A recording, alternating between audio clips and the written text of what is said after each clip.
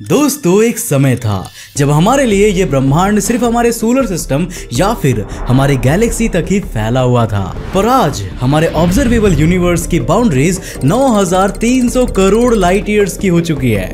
और ये तो सिर्फ वही यूनिवर्स है जिसे फिलहाल हम ऑब्जर्व कर सकते हैं। अब कोई नहीं जानता कि आखिर इस असीम ब्रह्मांड की सीमाएं कहां पर जाकर रुकती है और ये कहां से शुरू होती है। जी हाँ दोस्तों, हमारी धरती सूरज के चारों ओर घूमती है। ये सोलर सिस्टम मिल्की वे के central supermassive black hole Sagittarius A star के चारों ओर घूम रहा है और हमारी मिल्की वे जैसी कई गैलेक्सीज लोकल ग्रुप के ग्रेविटी सेंटर को ऑर्बिट करती है। पर आखिर हमारा ये ब्रह्मांड किस चीज के अराउंड घूमता है? क्या ब्रह्मांड में कोई ऐसा विशालकाय ऑब्जेक्ट है जो इसके हर एक पार्टिकल को अपने इशारे पर घुमाता है? वेल, आज के इस वीडियो में हम इसी के बारे में पता लगाने की कोशिश करेंगे। तो हेलो गाइस, मैं हूं कौशिक और चलिए पता करते हैं कि हमारे ब्रह्मांड का केंद्र कहां है। दोस्तों, जब हम रात के आसमान में अनगिनत तारों को निहार रहे होते हैं तो हमें चारों तरफ का आसमान बिल्कुल एक जैसा जगमगाता हुआ दिखता है। तारों की इस दुनिया में हम इतना ज्यादा खो जाते हैं कि ऐसा लगता है मानो हम इस पूरे यूनिवर्स के सेंटर है। हमारे प्राचीन लेखों में धरती को ब्रह्मांड का सेंटर कहा गया है, लेकिन यार क्या इस बात में कोई सच्चाई है? वेल, इसका जवाब हम इस बात से समझ सकते हैं कि हम ना तो सोलर सिस्टम के सेंटर में हैं और मिल्की वे के सेंटर से भी हम 25,000 लाइट ईयर से ज्यादा दूरी पर है। तो अगर हम नहीं तो फिर आखिर कौन है? वेल, कहने का मतलब यह है कि अगर धरती इस यूनिवर्स का सेंटर नहीं है तो आखिर ये सेंटर कहां पर मौजूद है? वेल, यहाँ पर अगर हम वैज्ञानिकों की माने तो हमारे इस ब्रह्मांड का कोई भी सेंटर होना ही नहीं चाहिए। जी हाँ दोस्तों, बिल्कुल सही सुना आपने, हमारे इस यूनिवर्स का कोई भी सेंटर होना ही नहीं चाहिए। पर आखिर ऐसा क्यों? वेल दोस्तों, हमारा ये यूनिवर्स हर तरफ फैला हुआ है और इसकी कोई सीमा नहीं है। दरअसल सेंटर उस चीज का होता है जिसकी कोई सीमा हो, यानी कि जो फाइनाइट बाउंड्रीज के अंदर बंद हो। आज से 1380 करोड़ साल पहले हमारा ये यूनिवर्स एक सिंगुलैरिटी से बना था और इसके ओरिजिन को हम बिग बैंग थ्योरी से समझ सकते हैं। तो क्या वो सिंगुलैरिटी ही वो सिंगल पॉइंट है जहां पर बिग बैंग एक्सप्लोजन हुआ था? और क्या वो यूनिवर्स का सेंटर नहीं हो सकता? वेल, ऑब्वियसली उसी पॉइंट के एक्सपेंशन के कारण तो आज तक यूनिवर्स एक्सपेंड हो रहा है, राइट? वेल, जी नहीं, हम में से ज्यादातर लोग बिग बैंग के बारे में यही धारणा रखते हैं, पर ऐसा बिल्कुल भी नहीं है। दरअसल दोस्तों, बिग बैंग एक्सप्लोजन तो सिर्फ उस सिंगल पॉइंट पर ही हुआ था, पर उसके बाद ये यूनिवर्स के हर एक पॉइंट में इक्वली एक्सपैंड करना शुरू कर दिया और ये एक्सपेंशन आज भी चल रहा है। अब चलिए इसे एक एग्जांपल से समझते हैं। मान लीजिए कि आप एक प्लेन सरफेस पर बैठे हुए हैं जो लगातार एक्सपैंड कर रहा है। अब जहां तक आपकी नजर जा रही है आपको सिर्फ और सिर्फ यही सरफेस दिखाई दे रहा है और इसके अलावा आपको कुछ भी दिखाई नहीं दे रहा।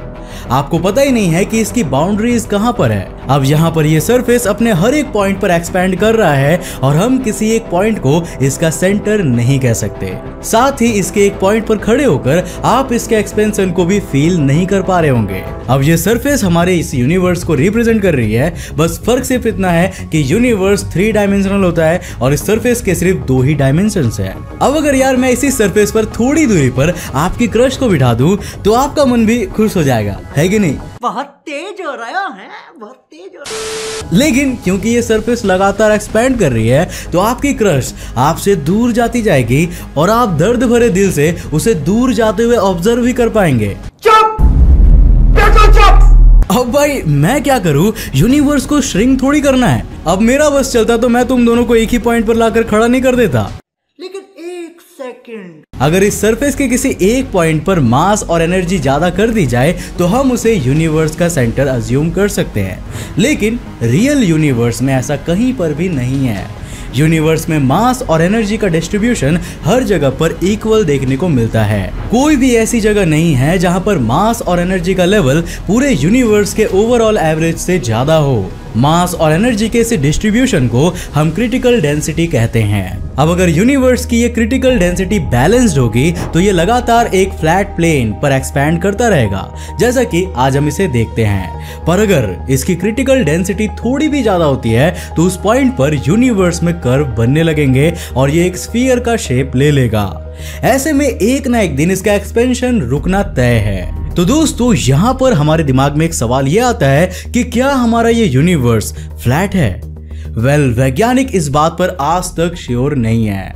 अगर यूनिवर्स का कोई अंत नहीं है तो ये फ्लैट ही होना चाहिए, है कि नहीं? और हमें ये दिखता भी कुछ ऐसा ही है। लेकिन मेरे एक सवाल का जवाब दो, क्या धरती पर बैठकर हम इसका सही अंदाजा लगा सकते हैं कभी?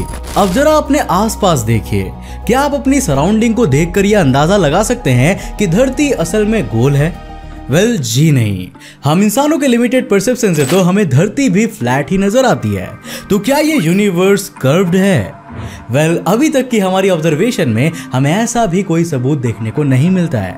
अब जाहिर सी बात है कि वैज्ञानिक यूनिवर्स को फ्लैट डिक्लेयर करने में कोई भी जल्दबाजी नहीं करना चाहते। अब भाई जरा आप ही सोचो, कल के दिन जब हम एडवांस्ड एलियन से मिलेंगे और उन्हें पता चलेगा कि धरतीवासी यूनिवर्स को फ्लैट समझते हैं तो उनका रिएक्शन क्या होगा? अगर हमारे ब्रह्मांड की क्रिटिकल डेंसिटी बैलेंस्ड नहीं है तो यहाँ पर ऐसा एक पॉइंट जरूर होगा जिसकी डेंसिटी ज्यादा होगी और उसे ही यूनिवर्स का सेंटर कंसीडर किया जाएगा। पर दोस्तों असल में यहाँ पर ऐसा कुछ भी नहीं है। पहली नजर में देखने पर हमें ये यूनिवर्स इनफाइनाइट और यूनिफॉर्म दिखाई देता है। हमारा observable universe 9300 crore light years में फैला हुआ है, लेकिन इसका मतलब ये कतई नहीं है कि यही यूनिवर्स की बाउंड्री है। हमारा यूनिवर्स उसके आगे भी फैला हुआ है और उसकी क्रिटिकल डेंसिटी तो हर जगह बैलेंस्ड है ही। जो ऑब्जेक्ट इनफाइनाइट और यूनिफॉर्म होता है उसका कोई भी सेंटर अज्यूम नहीं किया जा सकता। अब दोस्तों अगर हम अपने सोलर सिस्टम की बात करें तो हमारा सूरज अपने मास के कारण स्पेस टाइम में कर्व क्रिएट कर रहा है और इसके कारण सारे प्लैनेट्स सूरज के अराउंड ऑर्बिट कर रहे हैं। इस यूनिवर्स में अनगिनत स्टार्स और सुपर मैसिव ब्लैक होल्स भी स्पेस टाइम में कर्व क्रिएट करके अपने आसपास के ऑब्जेक्ट्स के लिए सेंटर का रोल निभा रहे हैं। पर जब हम इसे यूनिवर्स के लेवल पर देखते हैं तो ये ऑब्जेक्ट्स तो हर जगह पर इक्वली डिस्ट्रीब्यूटेड है और किसी भी जगह की critical density more than balanced नहीं है। अब अगर हमें यूनिवर्स में कोई कर्व नजर आता जहां से सारे ऑब्जेक्ट्स अपनी डायरेक्शन चेंज कर रहे हो तो हम उसे ही यूनिवर्स का सेंटर मान सकते थे, पर हम इंसानों ने आज तक ऐसा कुछ भी नहीं खोजा है। अब अगर हमारे यूनिवर्स का कोई सेंटर ऑफ मास नहीं है तो क्या इसका कोई सेंटर ऑफ चार्ज है? दोस्तों सेंटर ऑफ मास की तरह ही सेंटर ऑफ चार्ज हम उस पॉइंट को कहेंगे जहां पर चार्ज यूनिवर्स के एवरेज से ज्यादा होगा। पर यार बदकिस्मती से सेंटर ऑफ मास की तरह ही हमारे यूनिवर्स में सेंटर ऑफ चार्ज का भी कोई सबूत नहीं मिलता। अब यार आप सोच रहे होंगे कि ब्रह्मांड में ये चार्ज किसे कहा गया है? आपकी जानकारी के लिए मैं आपको बता दूं कि यहाँ चार्ज का मतलब टोटल पॉजिटिव और नेगेटिव चार्ज से है जो इस ब्रह्मांड में उपस्थित है। Law of conservation of charge के अकॉर्डिंग इस यूनिवर्स में टोटल चार्ज एक निश्चित मात्रा में ही है जो ना तो क्रिएट किया जा सकता है और ना ही डिस्ट्रॉय किया जा सकता है। साइंटिफिक ऑब्जर्वेशंस यही बताती है कि यूनिवर्स में हर जगह पर चार्ज का डिस्ट्रीब्यूशन इक्वल है, यानी कि चार्ज के पर्सपेक्टिव से भी यूनिवर्स का कोई सेंटर देखने को नहीं मिलता। अब दोस्तों आपने अम्यूजमेंट पार्क्स में कार्टव्हील की सैर तो जरूर की होगी। इसके सारे पैसेंजर कार्ट्स लगातार एक एक्सिस के अराउंड रोटेट करती हैं और इस तरह वो एक्सिस ही कार्टव्हील का सेंटर होता है। तो क्या ऐसा नहीं हो सकता कि हमारे यूनिवर्स की भी कोई एक्सिस हो जिसके अराउंड सारे ऑब्जेक्ट्स मूव कर रहे हो? हमें पता है कि हमारी धरती और दूसरे ग्रह अपनी एक्सिस पर घूमने के साथ साथ सूरज को भी ऑर्बिट करते हैं। सूरज भी अपने एक्सिस पर घूमते हुए मिल्की वे के सेंटर को ऑर्बिट कर रहा है और मिल्की वे भी अपनी एक्सिस पर घूमती हुई लोकल ग्रुप के सेंटर को ऑर्बिट कर रही है। पर क्या ये क्रोनोलॉजी ऐसे ही कंटिन्यू होती रहेगी? जी नहीं। हमारी तमाम ऑब्जर्वेशंस के बावजूद हमें ऐसा कोई भी सबूत नहीं मिलता कि यूनिवर्स के सारे ऑब्जेक्ट्स एक कॉमन एक्सिस के अराउंड ऑर्बिट कर रहे हो।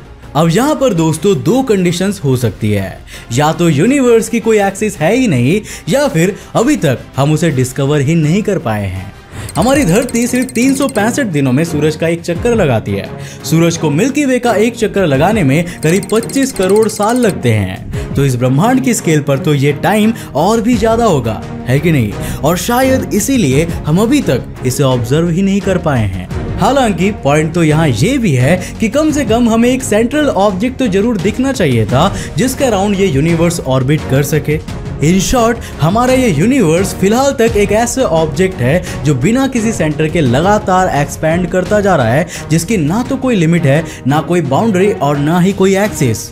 वैसे आप इसके बारे में क्या सोचते हैं, हमें नीचे कमेंट करके जरूर बताना। मुझे उम्मीद है दोस्तों कि आज की इस वीडियो से आपने काफी कुछ नया सीखा होगा। अगर सीखा तो इस वीडियो को लाइक करने के साथ साथ अपने फ्रेंड्स और साथ जरूर शेयर करना। और हाँ यार, जाते जाते मेरे एक सवाल का जवाब जरूर देते हुए जाना कि आखिर वो कौन सी चीज है जो इस यूनिवर्स को लगातार एक्सपैंड कर रही है। अब यहाँ पर आपके पास ऑप्शंस है, पहला डार्क मैटर, दूसरा डार्क एनर्जी, तीसरा एंटी मैटर या चौथा घोस्ट पार्टिकल्स। अपने जवाब नीचे कमेंट सेक्शन में लिखना। देखते हैं किसने अभी तक कितना सीखा। तो आज के लिए बस इतना ही। अगर आप नए उस चैनल पर इंटरेस्टिंग वीडियोस को देखना चाहते हो तो इस चैनल को सब्सक्राइब करने के साथ साथ नोटिफिकेशन बेल ऑन कर देना, ताकि आप देख सको हमारे वीडियो सबसे पहले। तब तक के लिए बाय, जय हिंद।